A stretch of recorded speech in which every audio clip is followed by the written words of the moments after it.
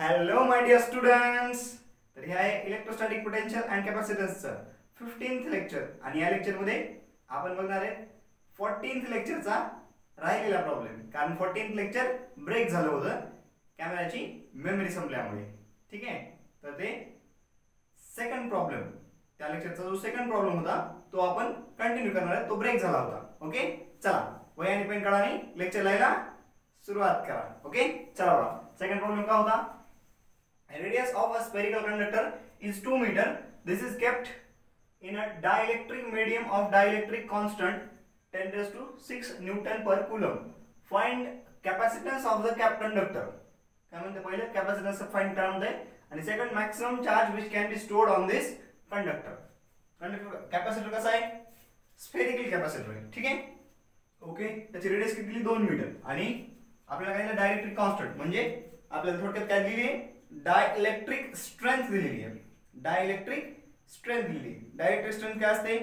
तर इलेक्ट्रिक फील्डची maximum value, electric फील्डची मॅक्सिमम व्हॅल्यू दोन कशामधली? कंडक्टर मधली इलेक्ट्रिक फील्डची मॅक्सिमम व्हॅल्यू की ज्या व्हॅल्यूसाठी त्या दोन कंडक्टर मधलं जे मटेरियल आहे, डायइलेक्ट्रिक मटेरियल आहे, ते काय होत नाही? आयोनाइज होत नाही. त्याला काय म्हणायचं? Dielectric strength. ओके, याच्या पुढे जर इलेक्ट्रिक फील्ड वाढवली तर काय होतं? तर इलेक्ट्रिक फील्ड वाढवली याच्या पुढे तर हे डायइलेक्ट्रिक जे आहे ते त्याची डायइलेक्ट्रिक प्रॉपर्टी म्हणजे इन्सुलेटिंग प्रॉपर्टी गमावून बसतं आणि ते कंडक्टिंग व्हायला सुरुवात होते. म्हणून याच्या पुढे इलेक्ट्रिक फील्ड आपण वाढवू शकत नाही. ठीक आहे, चला बघा. पहिले काय विचारले आपल्याला? विचारलंय पहिला कॅपॅसिटन्स. कॅपॅसिटन्सचा फॉर्म्युला काय? C = Q by V. पण आपल्या चार्ज व्होल्टेज वगैरे काही दिलेलं नाही. दुसरा फॉर्म्युला काय? स्फेरिकल कॅपॅसिटन्ससाठी 4 pi epsilon naught into R. 4 pi epsilon naught. K काय असतो?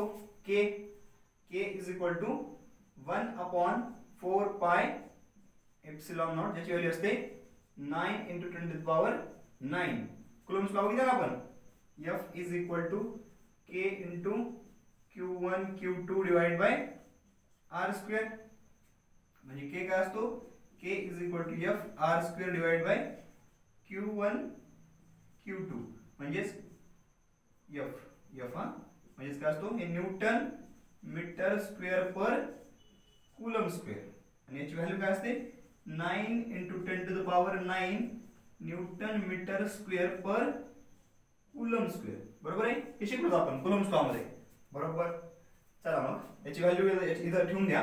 काही आता के ची व्हॅल्यू काढायची ना आपल्याला. के ची व्हॅल्यू माहिती का? के ची नाही. कायची व्हॅल्यू पाहिजे आपल्याला? आपल्या 4 pi epsilon naught ची व्हॅल्यू पाहिजे. म्हणजे हे इकडे घेतलं तर हे इकडे घेतलं आणि इकडे घेतलं तर काय होईल? 1/9 × 10⁹. बघा 4 pi epsilon naught ला राईटला घ्या, याला लेफ्टला घ्या. ठीक आहे, म्हणजे काय होईल? 4 pi epsilon naught ची व्हॅल्यू होईल 1/9 × 10⁹ R किती आहे? R is 2. R किती आहे? 2 आहे. बरोबर आहे? ओके, चला मग आता कसं सॉल्व करता येईल ना? याला करू 20 divided by 9 × 1 by. आता हे 10 वर वाढवले, 1 शून्य वाढवला म्हणजे 10 मल्टिप्लाय केलं, खाली पण 10 मल्टिप्लाय करा, 10⁻10 करा. मग हे 9 × 9 9 × 18 2 उरले, पॉइंट दिला, परत शून्य घेतला, 2 0 20 9 2 18 20 मधून 18 गेली, परत 2 उरले, परत शून्य दिला, इथं 20 झाली, मग 9 2 18 परत. म्हणजे हे रिकरिंग यायला लागले. म्हणजे काय मिळेल? आन्सर आलं 2.22 × 10⁻10 कूलम. आता आला सॉरी फॅराड. आता आला कॅपॅसिटन्स. C.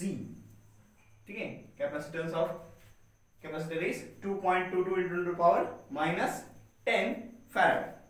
ठीक आहे, ओके. आन्सर दिलेलं आहे. हो, आन्सर दिलेलं आहे. ठीक आहे, चला लिहून घ्या. Pause the video and note it down. झालं.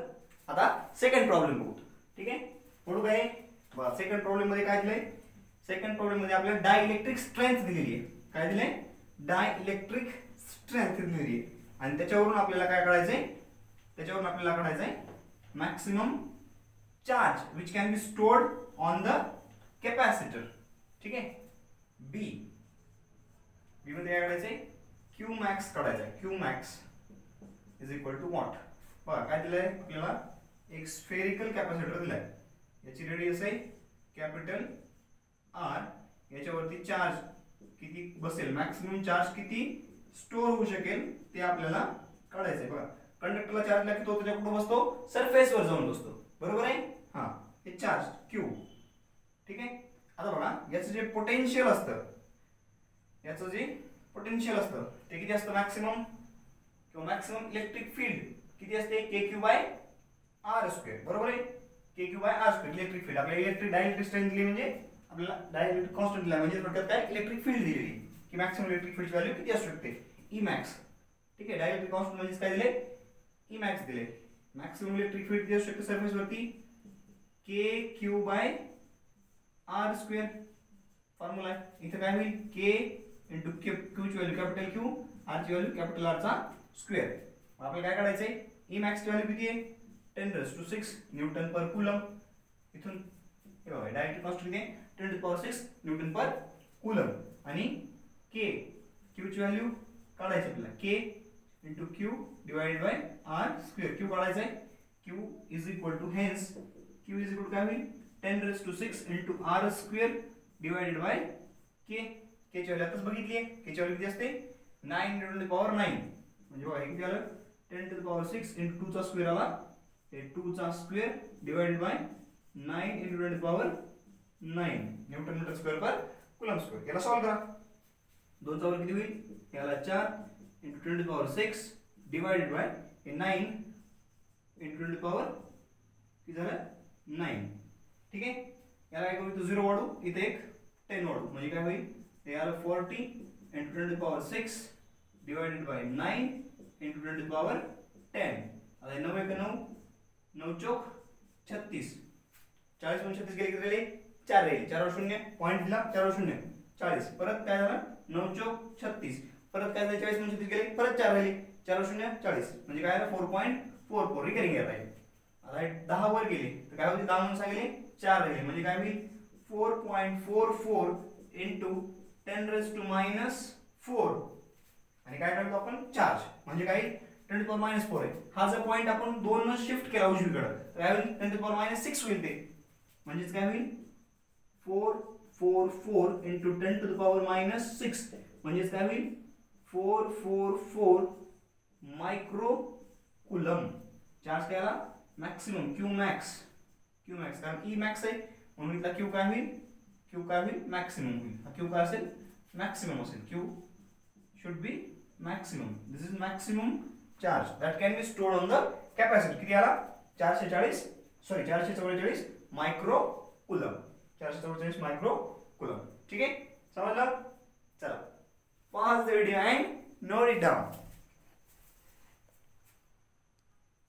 चला, खरं तर आज हे लेक्चर मला इथून सुरू करायचं होतं. Energy stored in a charged capacitor.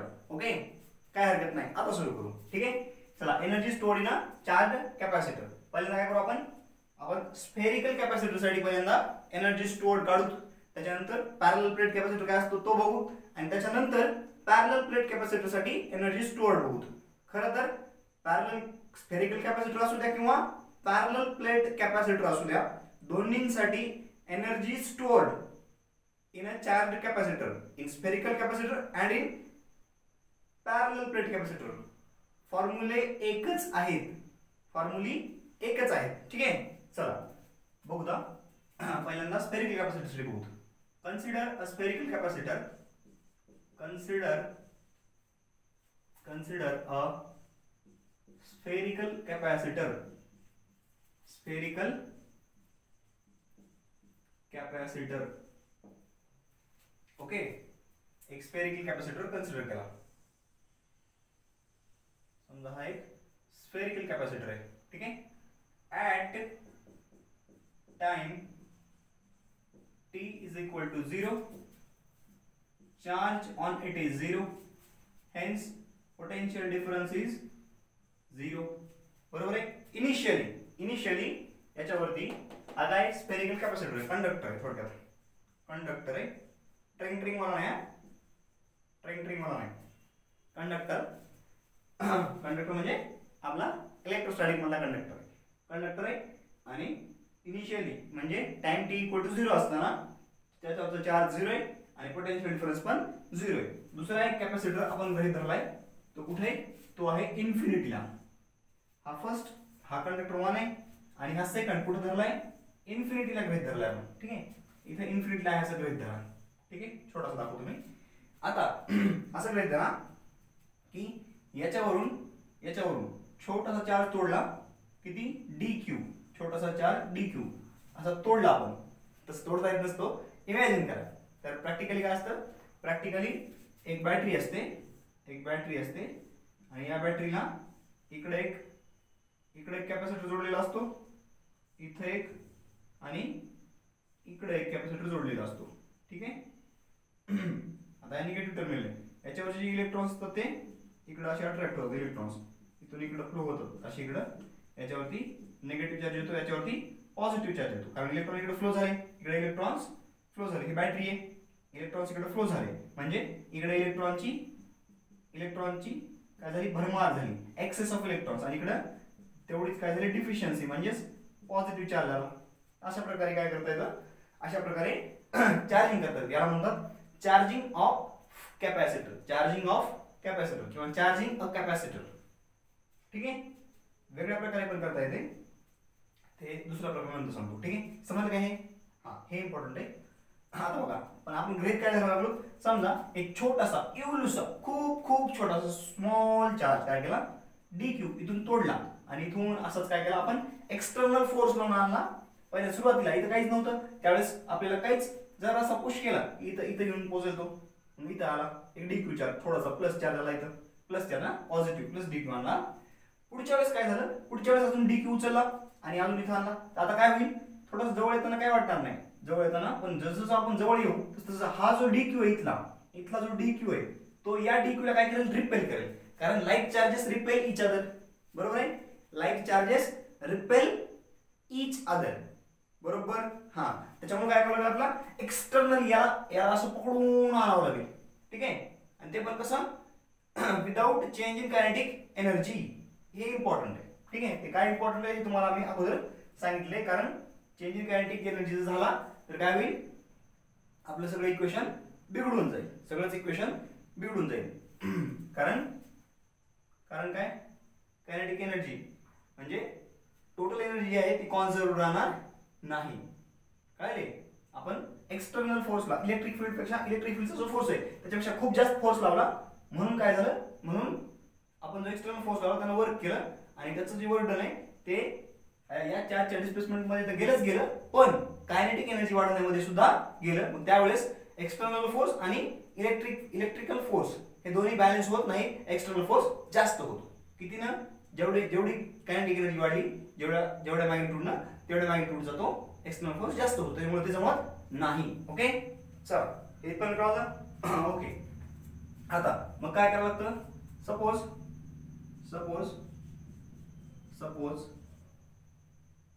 at any time t is equal to t, q is equal to small q and delta v is equal to q by c. बघा, c is equal to काय असतं? q by v असतं, म्हणजे v is equal to delta v काय होईल? q by c होईल. बरोबर आहे? चला, delta v काय झाला? q by c. hence now at this position, आता या पोझिशनला काय केलं? now if we bring dq from q by c असे लिहू जरा, from infinity to this conductor or sphere, additional work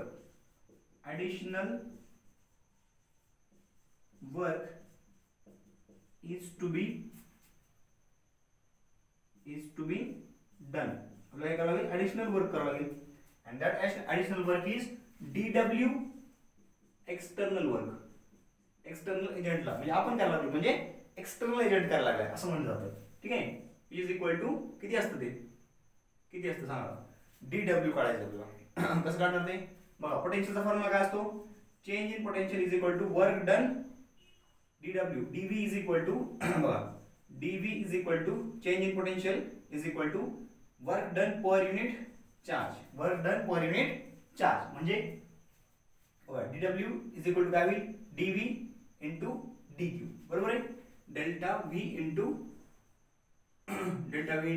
dq.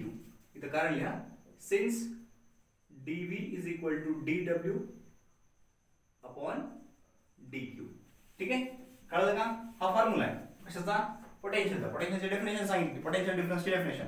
Potential difference is the work done per unit charge. Potential difference between two points is the work done per unit charge in bringing the charge from one point to other point. दोन point मध्ये potential काढायचं आपण, दोन point मधला potential difference काढायचा. त्यावेळेस काय, एका पॉइंट पासून दुसऱ्या पॉइंट पर्यंत तो चार्ज नेण्यासाठी किती वर्क डन करावं लागलं आणि डिवाइडेड बाय तो चार्ज, त्या चार्जची मॅग्निट्यूड. ठीक आहे, हा झाला पोटेन्शियलचा पोटेन्शियल डिफरन्सचा फॉर्म्युला, तो आपण बघितलेला आहे खूप आधी. मग वर्क डन बाय एक्सप्लेनेशन किती आला, delta v into dq. Delta v किती आहे बघा बरं इथं, डेल्टा व्ही किती आहे, क्यू बाय सी आहे. डेल्टा व्ही किती आहे, q by c dq, q by c dq. आता हे झालं एक डीक्यू आणण्यासाठी. असं आपल्याला काय करायचं, charge total charge capital Q करायचं आहे. टोटल चार्ज किती करायचं याच्यावरती, कॅपिटल क्यू होईपर्यंत आपल्याला चार्ज याच्यावरती जोडत चालायचं आहे. किती करायचं आहे, कॅपिटल क्यू. ठीक आहे, मग hence total work done by external agent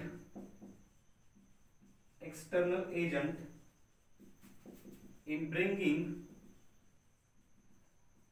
bringing charge 0 to q from infinity is w, work done by external agent is equal to काय होईल, इंटिग्रेशन ऑफ dw. या सगळ्यांचं इंटिग्रेशन केल्यास काय होईल, टोटल dw सगळ्यांना जोडलं आपण कंटिन्युअसली तर काय मिळेल, टोटल वर्क डन मिळेल. Total work done in bringing charge q from infinity to this sphere. Okay, म्हणजे काय होईल, is equal to integral 0 to q dw काय बघा, dw काय होतं, q by c dq, q by c dq. Very good. Okay, very good. c काय constant आहे, c capital लिहा, c काय कॉन्स्टंट आहे. कॅपॅसिटन्स काय कॉन्स्टंट आहे, 1 बाय c इंटू बघा q चं इंटिग्रेशन काय होईल, integral 0 to q dq. q dq चं इंटिग्रेशन काय होतं, q स्क्वेअर बाय 2. पाठात नाही फॉर्म्युले, integration x dx, integral x dx काय असतं, किंवा x रेज टू n चं integration x raise to n plus 1 upon n plus 1 plus c indefinite असेल तर, म्हणजे लिमिट नसती तर इथं प्लस सी लिहितं, लिमिट असेल तर प्लस सी लिहायची गरज नाही. ओके, चला हा सिंपल फॉर्म्युला आहे इंटिग्रेशनचा. आता पुढे बघा, इथे काय आलं, मग हे आलं q स्क्वेअर बाय 2, कारण इथं पॉवर किती आहे, 1 आहे. q raise to 1 plus 1 upon 1 plus 1 2. Okay, हा कुठून कुठपर्यंत, 0 टू कॅपिटल q.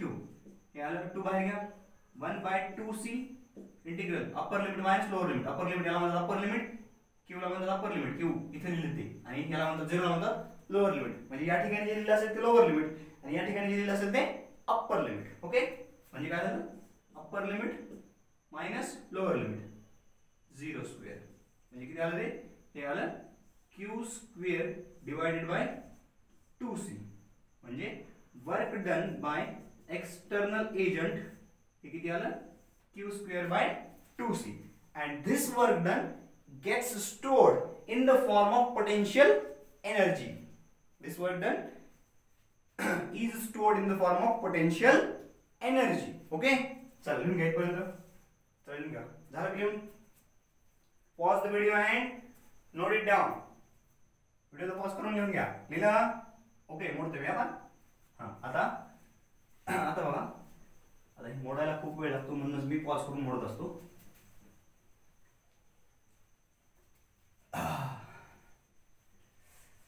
परेशानी आहे, नुसती परेशानी आहे बोर्ड मोडून.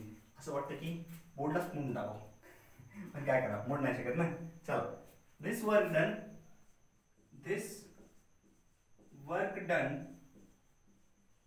is stored is किंवा gets stored is stored in the form of potential energy. This work done gets stored in the form of potential energy. Hence U is equal to potential energy, change in potential energy माना किंवा change in potential energy. This work done is converted into change in potential energy. Hence delta U is equal to positive of work done by external agent, which is equal to, what's the formula? Negative of work done by electrical work done. Work done by electric field. आपण external work घेतलंय, which is equal to Q square by 2C. आणि इथं काय असतं, delta F म्हणजे final minus initial. Initially काय होतं, potential energy 0 होती, म्हणून काय झालं, हे इनिशियल पोटेन्शियल एनर्जी 0 आहे, म्हणून काय झालं, UF minus 0 is equal to Q square by 2C. Hence final potential energy is equal to Q square by 2C. This is the formula of potential energy. आणि हा फॉर्म्युला इम्पॉर्टंट आहे. हा formula फक्त final म्हणण्याची गरज नाही आता, ठीक आहे. पोटेन्शियल चार्ज हा काय फॉर्म्युला आला, energy stored in a charge capacitor, and it is valid for not only spherical capacitor but also for parallel plate capacitor. ठीक आहे, पुढे येणार आहे नेक्स्ट पॉइंट आपला पॅरलल प्लेट कॅपॅसिटरचा आहे.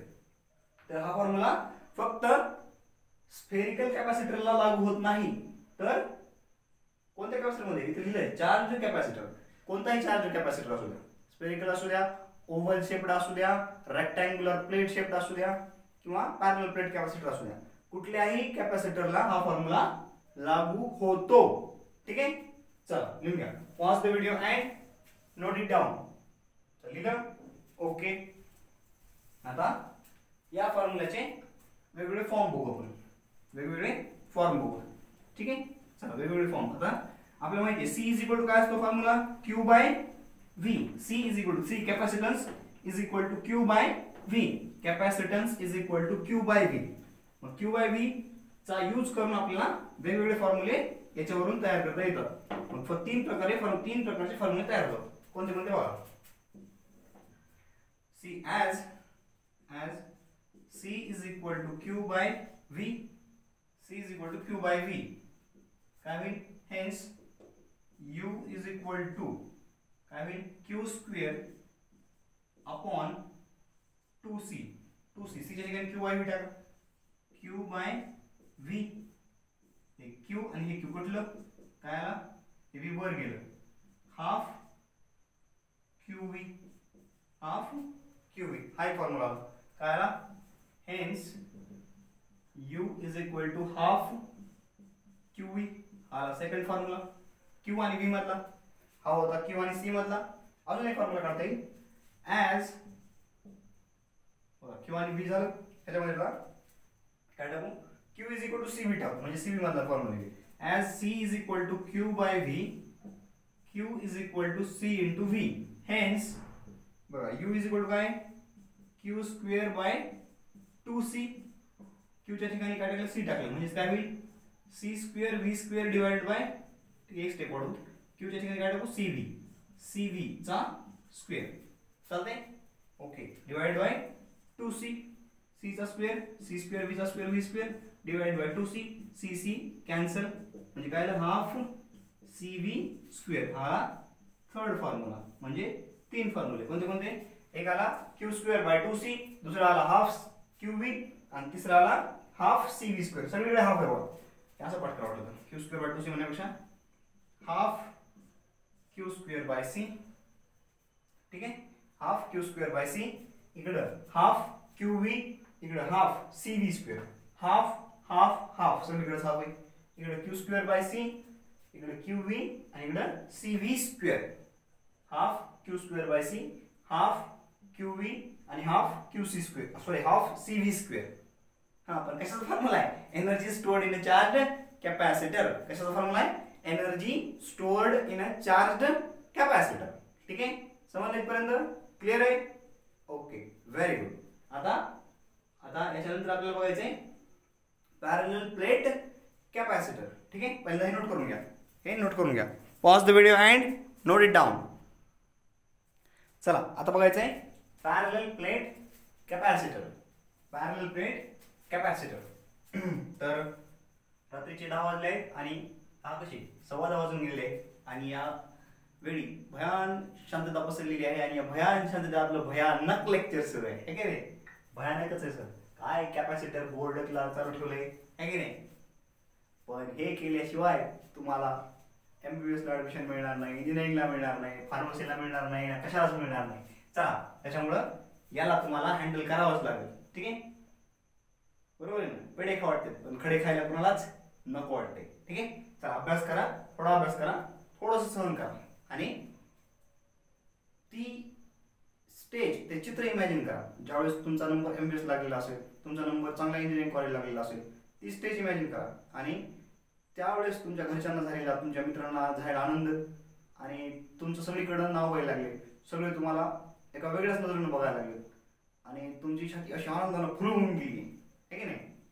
कसलं अंगावर काटा येते की नाही? भारी वाटतं एकदम. पण त्याच्यासाठी प्रत्येक दिवस कष्ट घ्यावं लागतं, बरोबर आहे? हां, तेच कष्ट चालू होतं. शांततेच्या काळातला घडलेला घाम आहे, घाम. सांगितलं होतं दिवशी विश्वास नायर पाटील सांगतात, चायनीज मन आठवते का? चायनीज मन आठवते?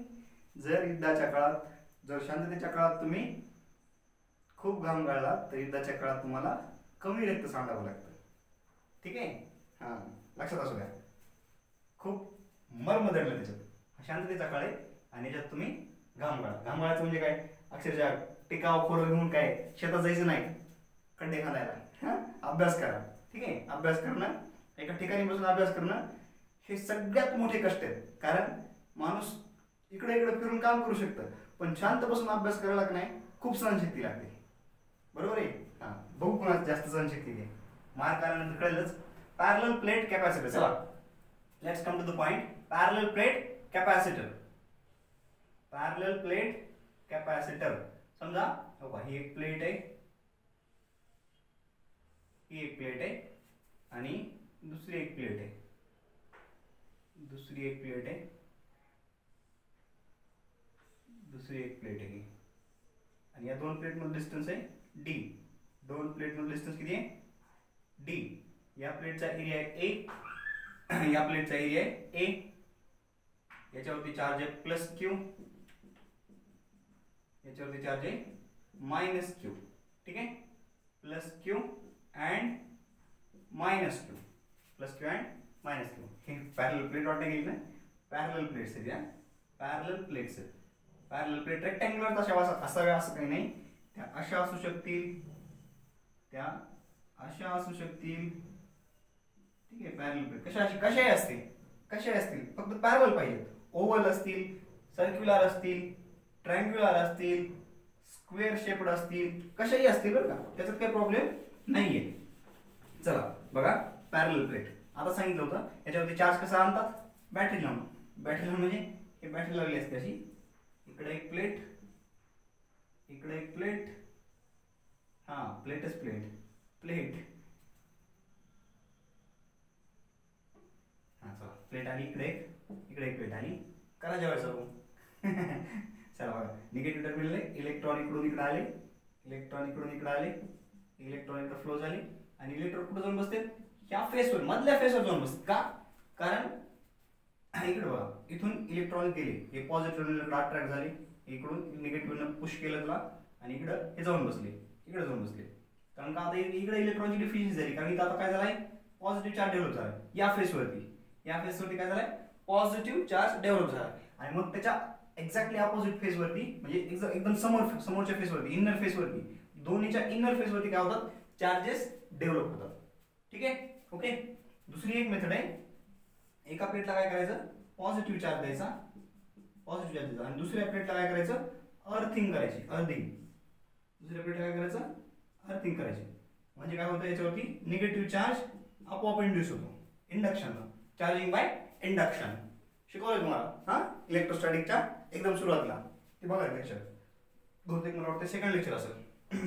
इलेक्ट्रिक चार्जेस अँड फील्ड्सचं. चला, हे बॅटरीनं पण चार्जिंग करता येते.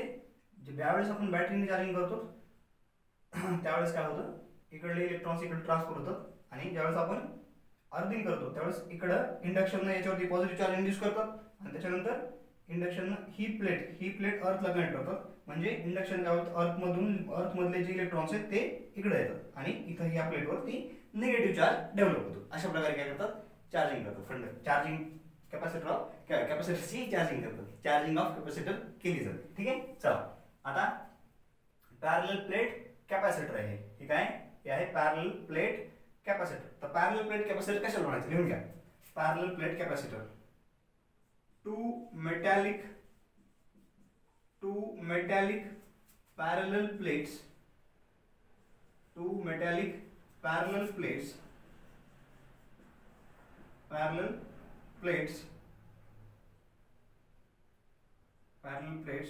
having किंवा with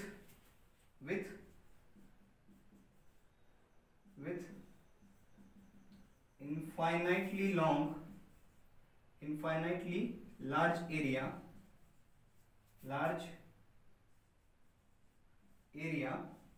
with respect to distance of separation. पण कशा इन्फायनाइट पण कशाच्या with respect to distance of सेपरेशनच्या तुलनेमध्ये त्यांचा एरिया तो कसा पाहिजे, इन्फायनाइट पाहिजे. म्हणजे हे डी आहे, डी खूप स्मॉल पाहिजे. D should be very small than A, किंवा D square should be small very smaller than A. खूप स्मॉल असलं पाहिजे. काय, D square. Okay, D square किंवा डी म्हणा ए पेक्षा. त्याच्यामुळे काय होईल, due to as d square is very less than a, the electric field त्याच्यामुळे काय होतं, ही याच्या प्लेट्स आहेत ह्या खूप लांब होतात बघा. म्हणजे कसं होतं, इन्फायनाइटली लॉंग म्हणतो आपण. इन्फायनाइट म्हणजे बघा, हे काय एकदम इन्फायनाइट नसतं. इथून सुरू केली की संपतच नाही, कुठेही 10-12 किलोमीटर झाले तरी प्लेट संपत नाही, अशी इन्फायनाइट नसते बरं का. हा, इन्फायनाइट म्हणजे एक रिलेटिव्ह टर्म कळते ना. रिलेटिव्ह टर्म, हत्तीच्या पाठीवर जर मुंगी बसली, ठीक आहे, हत्तीला काय वजन कळलं का त्याचं, काहीच नाही. म्हणजे हत्तीसाठी मुंगीचं वजन म्हणजे काय, इन्फायनाइटली स्मॉल झालं. हे त्या टाइपमध्ये हे जे डिस्टन्स आहे ना, हे काही मिलीमीटर मध्ये असतं. 1 मिलीमीटर, 2 मिलीमीटर किंवा सेंटीमीटर. आणि हे जे आहे ते मीटर मध्ये असतं, ठीक आहे. मग या डिस्टन्सच्या तुलनेत हे डिस्टन्स काय पाहिजे, खूप कमी पाहिजे. म्हणजे एरियाच्या तुलनेत डिस्टन्स म्हणजे लेंथ किंवा ब्रेडच्या तुलनेत हे जे डिस्टन्स आहे हे खूप कमी पाहिजे. ठीक आहे.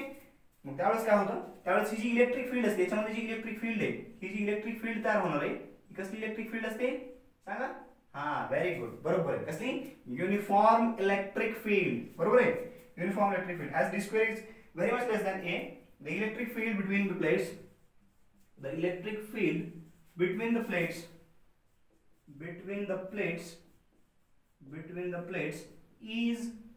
is uniform. The electric field between the plates is uniform and is uniform throughout.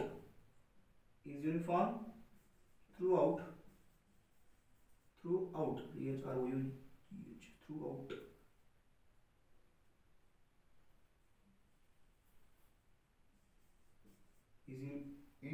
uniform throughout. Is uniform throughout. ठीक है, is uniform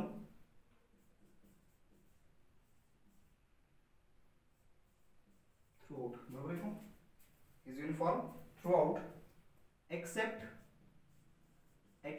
at the edges.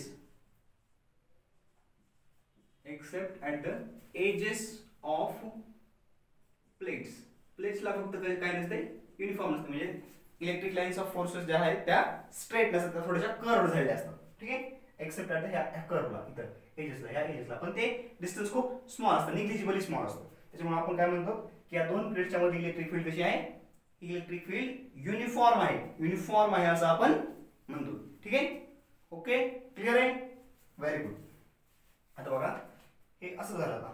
आता बघा, हे झाल्यानंतर आता आपल्याला पॅरलल प्लेट कॅपॅसिटरचा कॅपॅसिटन्स काढायचा आहे, त्याच्यासाठीचा फॉर्म्युला काढायचा आहे. ठीक आहे, चला इथपर्यंत pause the video and note it down. Pause the video and note it down. चला थोडंसं पाणी पिलं. हां, आता बघा या समजा प्लेट्स आहेत, तर मी थोडीशी थिकनेस पण दाखवतो त्याच्यामध्ये. आपल्याला थोडंसं डेरिव्हेशन बघायचं आहे, त्याच्यामुळे थोडीशी थिकनेस आपल्याला इथे दाखवणं गरजेचं आहे, म्हणून मी त्याला थिकनेस सहित काढून दाखवतो. ठीक आहे, थिकनेस सहित काढले मी दोन प्लेट्स. आता हे डिस्टन्स थोडंसं जास्त दाखवतोय मी, हे खूप कमी असतं आणि हे खूप मी जास्त दाखवलंय. हे डिस्टन्स खूप कमी असतं. ठीक आहे, खूप कमी असतं हे डिस्टन्स, हे खूप कमी असतं. आता बघा आता हे जे आहे याचा एरिया ए. आता बघा हा जो एरिया मी 3 पॉईंट काढतो, इथे एक पॉईंट काढतो ए बी सी, किंवा इथे एक पॉइंट आहे समजा या सरफेस वरती डी, इथे एक पॉइंट आहे ई, इथे एक पॉइंट आहे एफ आणि इथे एक पॉइंट आहे जी. ठीक आहे, एवढे पॉइंट्स घेतले. भरपूर झाले, जास्त कन्फ्युजन नको. भरपूर झाले हे पॉइंट. आता बघा मला सांगायचं काय ते, आता व्यवस्थित लक्ष द्या, व्यवस्थित लक्ष द्या. आता बघा चार्जेस कुठे आहेत? हे पॉझिटिव्ह प्लेट आहे, समजा हे पॉझिटिव्ह प्लेट आहे. ठीक आहे, ही पॉझिटिव्ह प्लेट आहे आणि ही नेगेटिव्ह प्लेट आहे, हे नेगेटिव्ह प्लेट आहे. ठीक आहे, एकावरचा चार्ज आहे, एकाला चार्ज दिला प्लस क्यू, एकाला चार्ज दिला मायनस क्यू. कशाने केली? बॅटरीने चार्जिंग केली आणि एकाला प्लस क्यू आणि एकाला मायनस क्यू आपण चार्ज देऊन टाकला. ठीक आहे, आता बघा होतं काय. आता at A comma C comma D और ई या ठिकाणी काय होतं बघा. कोणते point A C D E, A C D E या पॉइंटला काय होतं बघा. या पॉइंटला इलेक्ट्रिक फील्डची डायरेक्शन आहे. चारही पॉइंट बघा, चारही पॉइंटला दाखवतो मी. या पॉइंटला इलेक्ट्रिक फील्ड या प्लेटमुळे, पॉझिटिव्ह प्लेटमुळे इलेक्ट्रिक फील्ड कोणत्या डायरेक्शनला असेल? अवे असते. म्हणजे याला प्लेट 1 म्हणू आपण, याला प्लेट 2 म्हणू. ठीक आहे, पॉझिटिव्ह प्लेटला नंबर 1 म्हणलं, निगेटिव्ह प्लेटला 2 म्हणलं. ए या पॉइंटला इलेक्ट्रिक फील्ड कुठे आहे? इकडे, म्हणजे ई ची डायरेक्शन अशी असणार. आणि निगेटिव्ह प्लेटसाठी कुठे असते? टुवर्ड्स, म्हणजे E2. निगेटिव्ह प्लेटसाठी इलेक्ट्रिक फील्ड कुठे असते? निगेटिव्ह चार्जसाठी टुवर्ड्स असते ना. Very good, towards. चालू आहे ना लेक्चर?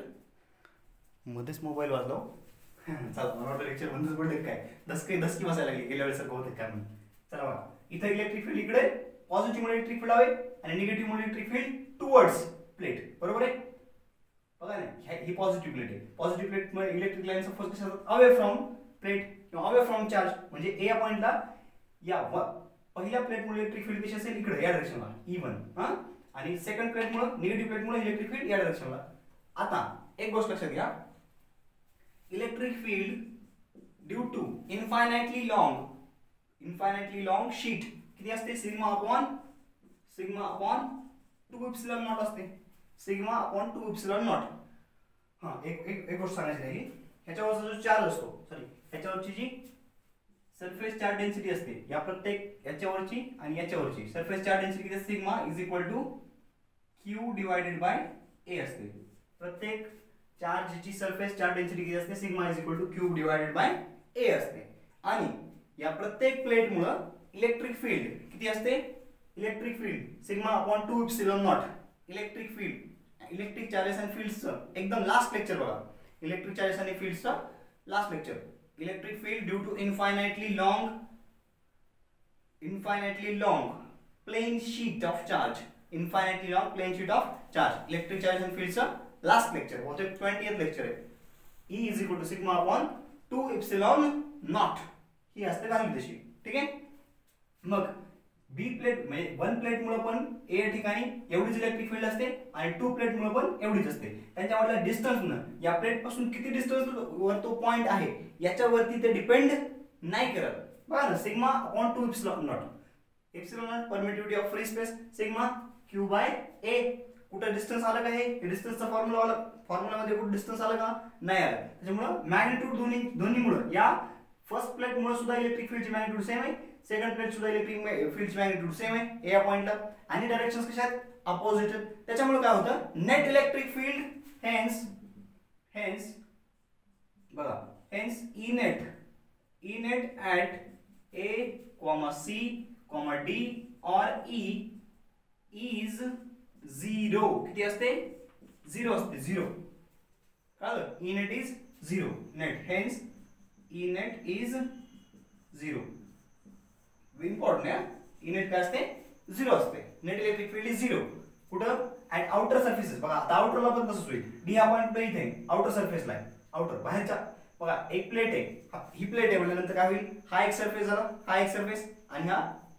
एक सरफेस याला फ्रंट सरफेस म्हणा याला बॅक सरफेस म्हणा ठीक आहे हा फ्रंट सरफेस एक झाला बॅक सरफेस एक झाला कळलं समजा ह्या दोन प्लेट्स आहेत आता हे दोन्ही काय हे फेसिंग सरफेसेस आहेत आणि हे दोन कसले आउटर सरफेसेस आहेत किंवा ह्यांना इनर म्हणा आणि यांना आउटर म्हणा बघा हे काय झाले हे दोन तळ हात म्हणजे काय झाला इनर फेसेस आणि मागचा हात काळा हात काय झाला आउटर फेसेस आउटर फेसेस वरती दाखवले मी तुम्हाला सॉरी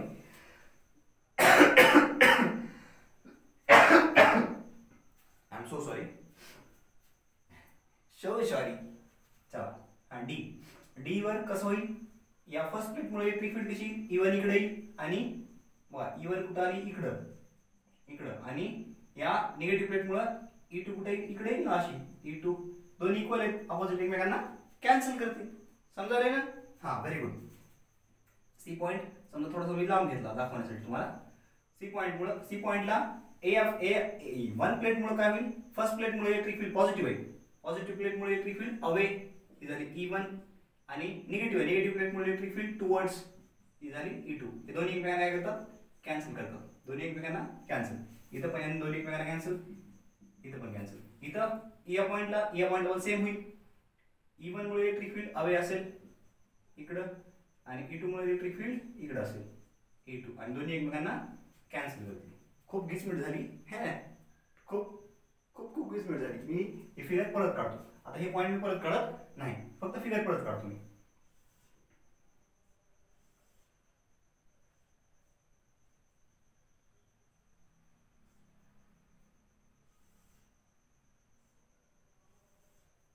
ठीक आहे चला आता कोणते पॉइंट काढू आता पॉइंट राहिले फक्त काढू मधला एफ बी आणि जी एफ हा पॉइंट इथला हा पॉइंट इथं बी आणि हा पॉइंट इथं जी मी फक्त कुठे घेतो बी एफ इकडे घेतो वाटलं तर एफ मी इथे घेतो एफ बी इथे घेतो आणि जी इथे घेतो चालते दाखवायला सोपं जाईल आपल्याला ही कसली प्लेट आहे ही पॉझिटिव्ह प्लेट आणि ही नेगेटिव्ह प्लेट ठीक आहे आता बघा या ठिकाणी काय होईल या ठिकाणी ॲट एफ बी जी किंवा B F G B F G F सगळं चालेल बी एफ जी एफ पाटे सगळ्यांना पाटे लगेच कान टाप करते तसे बी एफ आहा जी एफ आहा तेवढंच पाहिजे अभ्यास म्हणलं की नको हा तेच आहे मॅक्सिमम जण ऑफलाईन क्लास तर त्यासाठीच करतात कशासाठी BF ला भेटण्यासाठी आणि GF ला भेटण्यासाठी वा रे धंदे धन्य तुम्ही धन्य शिक्षण काय तुमचं शिक्षण काय तुमचे धंदे आणि काय तुमचा अभ्यास आणि काय काय आणि काय काय आणि काय काय जाऊ रे बुवा छी आम्ही असं करत नव्हतो चला at B at F and at G काय काय होतं आता बघूत ना काय काय होतं नेट इलेक्ट्रिक फील्ड काय होते बघा नेट इलेक्ट्रिक फील्ड काय होते या पॉइंट्सला या तीन पॉइंट्सला काय होतं बघा पहिल्यांदा बी बघू ठीक आहे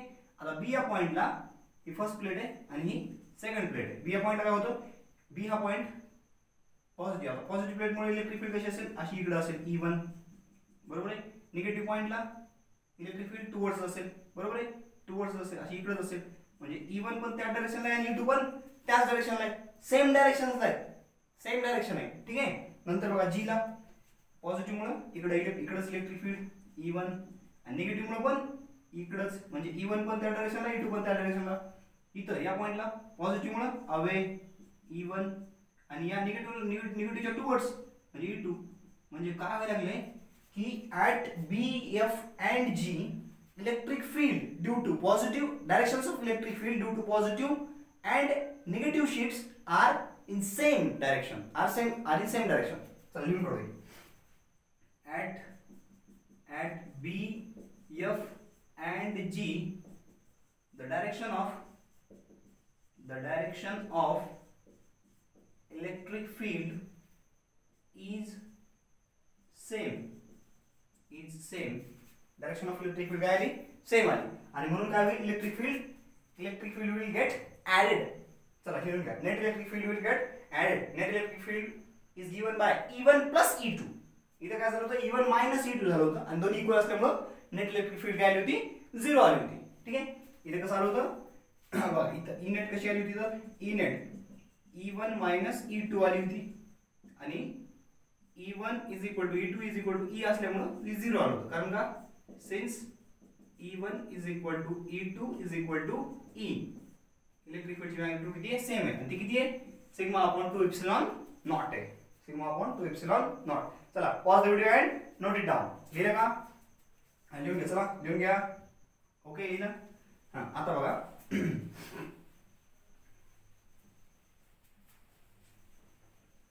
आता नेट इलेक्ट्रिक फील्ड कशी मिळेल? आता इथं नेट इलेक्ट्रिक फील्ड कशी मिळेल?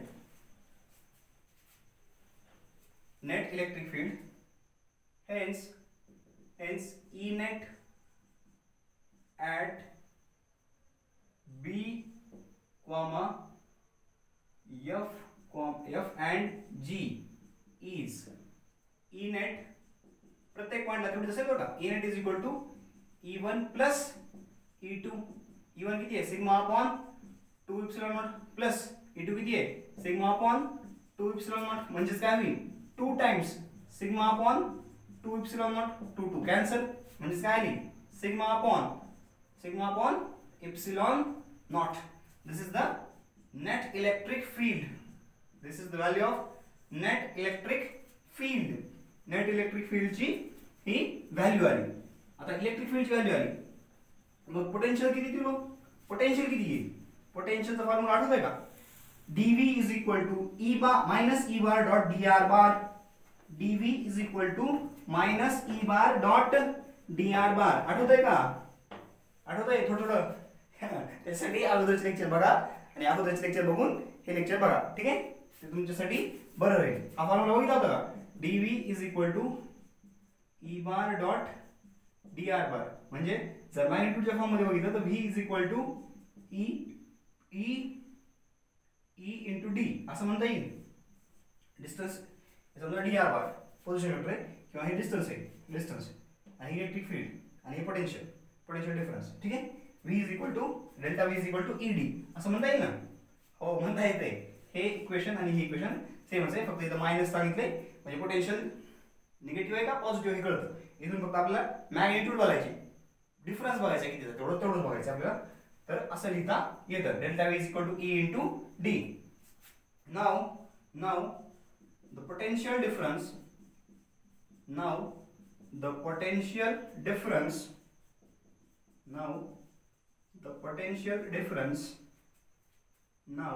काय लावले?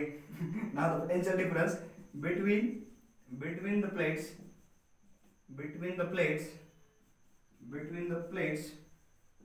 is delta v is equal to E into D. E किती आहे? Sigma upon epsilon not. Sigma हे डी जसं तसं. सिग्मा किती हो? सिग्मा किती आहे? सिग्मा किती होता? Sigma is equal to Q by A होता. बरोबर आहे? Surface charge density charge per unit area आहा स्वाहा Q बाय A. हे आलं एप्सिलॉन नॉट आणि हे आलं D. हे आलं delta V QD upon A epsilon naught. And now we are in position to find out the capacitance of parallel plate capacitor. Okay. But जरा मस्त पडल्या. लय इंग्लिश हा नको. आहे काय? मराठी कळते ना? काय इंग्लिश मध्ये सांगायचं? नाही कळते. चला बघा. And now किंवा hence किंवा now बरे. Now capacitance capacitance of a capacitor, parallel plate capacitor,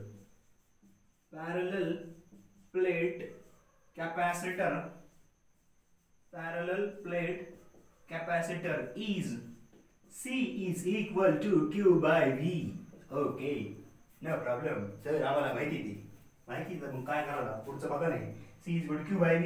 V म्हणजे काय तर डेल्टा V असतं ना हो. डेल्टा V मास्तर द्या कुठं का शिकवायलास बरोबर शिकवालोय. Q is equal to delta by V. Delta by V नाही C is equal to Q by delta V. चला ना लिहून घ्या. आता काय करा डेल्टा ची व्हॅल्यू इथून घ्या. हे Q by V upon A epsilon not. Okay टाका पटकन. अरे हे मोडतच नाही. टाकतो मोडून बोर्डलाच बघ. छी असला बोर्ड डिजिटल बोर्डच घावायला लागला.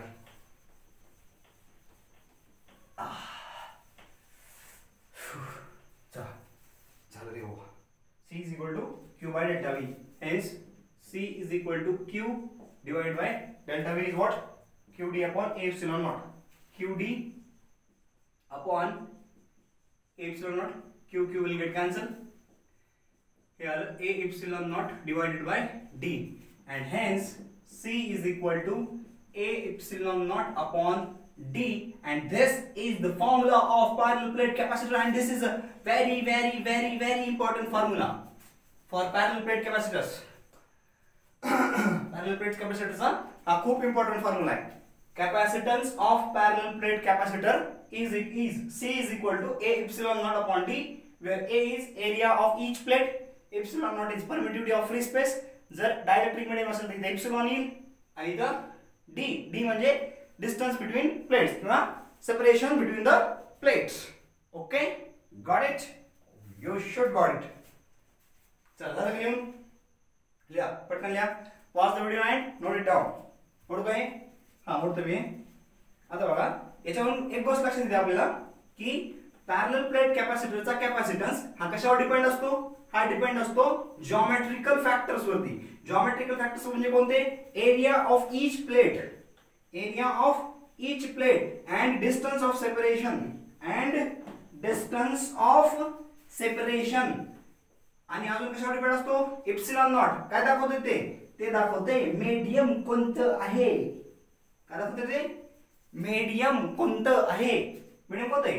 एप्सिलॉन नॉट आहे म्हणजे एअर और व्हॅक्यूम मीडियम आहे. ओके नोट लिहा. नोट इम्पॉर्टंट नोट आहे ही. नोट घेऊन नीट मध्ये गेलात ना तर चांगलं होईल तुमचं.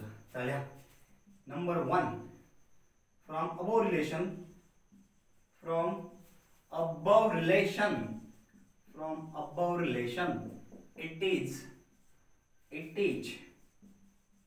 clear that from the above relation it is clear that the capacitance of a parallel plate capacitor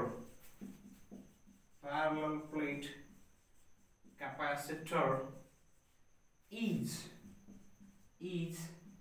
parallel plate capacitor depends on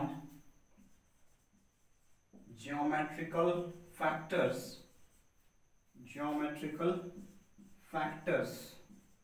namely A and D, area of plates and distance of separation, and medium between the plates.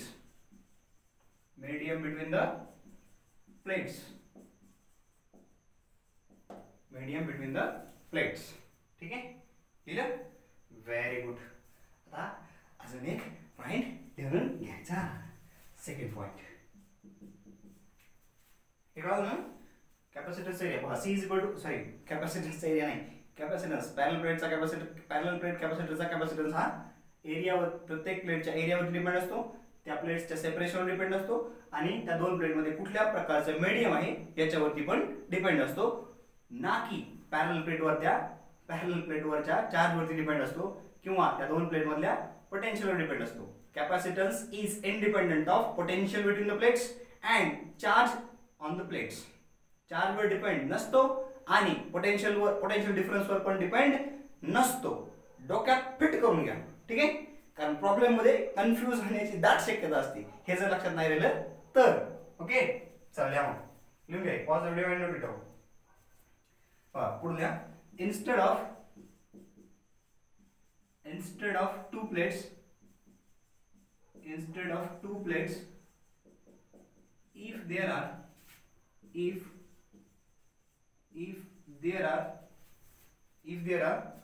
n number of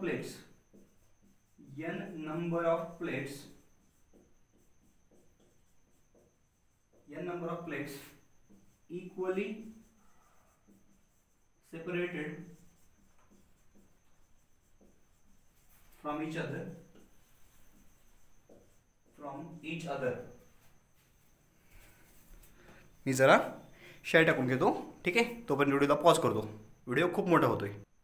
चला, pen शाई पिलेली आहे, पेनचं पोट भरलेलं आहे आणि आता आपण lecture सुरू करत आहोत. Instead of two plates, if there are n number of plates equally separated from each other and alternately connected together,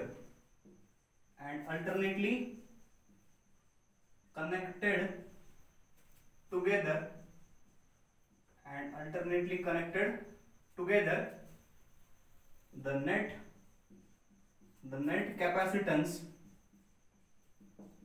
net capacitance